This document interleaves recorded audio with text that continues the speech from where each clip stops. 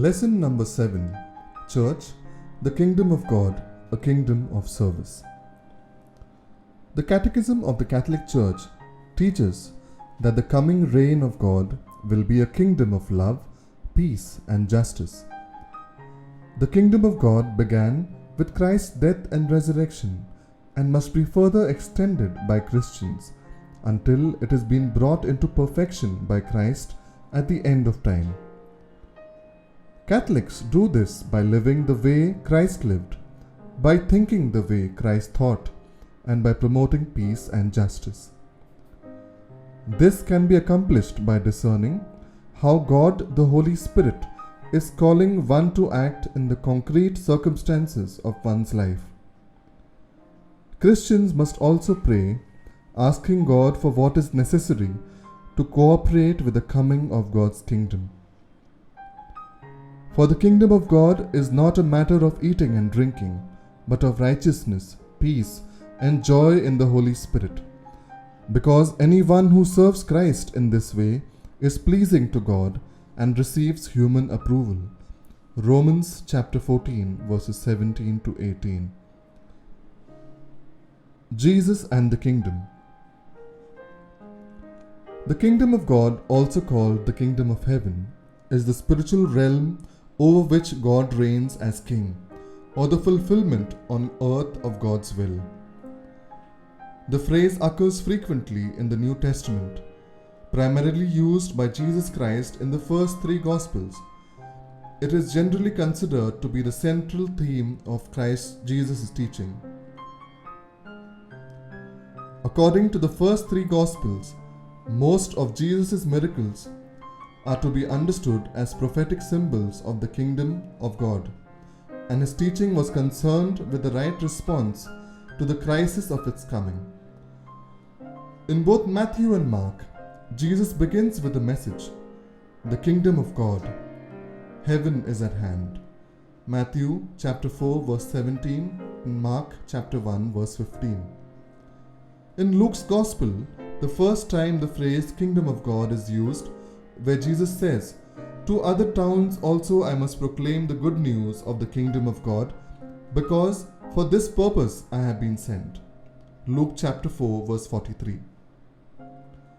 Understanding exactly what Jesus meant when he spoke of the kingdom of God can be a little tricky.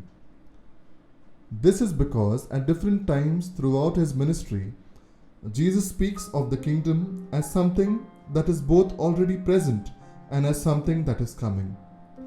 For example, Jesus says things like, "The kingdom of God is at hand," "The kingdom of God has come upon you," "The kingdom of God is among you." But then he also says, "Our Father in heaven, your kingdom come." There are some standing here who will not taste death until they see the kingdom of God has come in power. When you see these things happening, know that the kingdom of God is near. Jesus also sometimes speaks of the kingdom as something in the next life.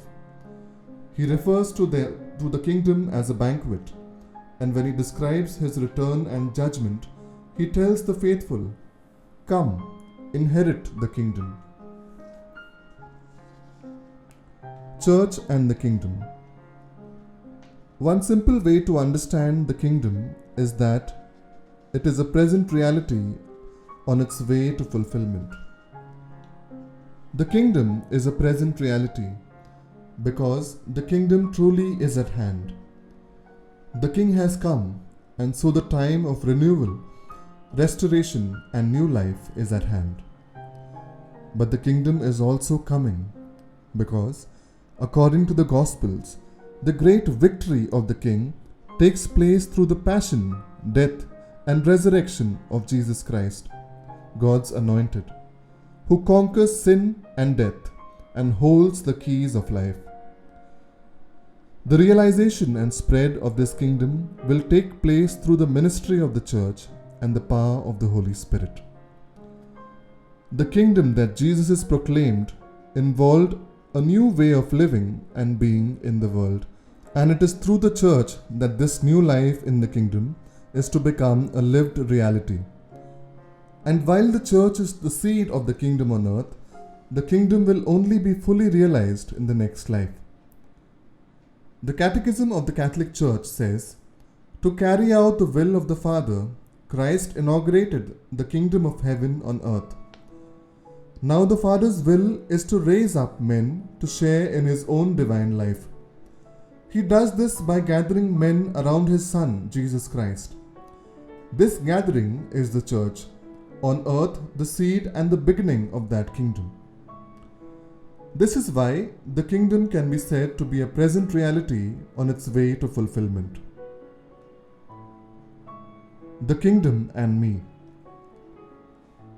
The kingdom of God is not a finite space or in one location. The kingdom of God is here and present with us when we unite with God. The goal in our lives to be one with God, and in doing so, we will experience His kingdom, which is peace.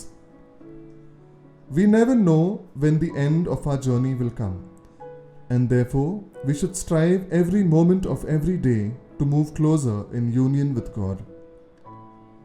Jesus now invites us to live according to the kingdom, which is not like the kingdoms of this world. The way of the kingdom of God is one of humility and service. This is why Jesus says that the kingdom belongs to the poor. The kingdom belongs to the poor and lowly, which means those who have accepted it with humble hearts. Jesus repeatedly reminds us that the measure of greatness in His kingdom is not the power or prestige, but sacrifice and generosity. He has given us new life as a gift, and now calls us to live according to the way of the gospel, to be a people who bear witness to God's reign in all that we do, especially by our care for the least among us. Jesus tells us exactly what seeking the kingdom looks like: a love for the Lord that manifests itself in service to others, especially the most vulnerable among us. Let us ask ourselves today, will we let Christ be the King of our lives? And are we willing to say yes to living as a kingdom people in the world?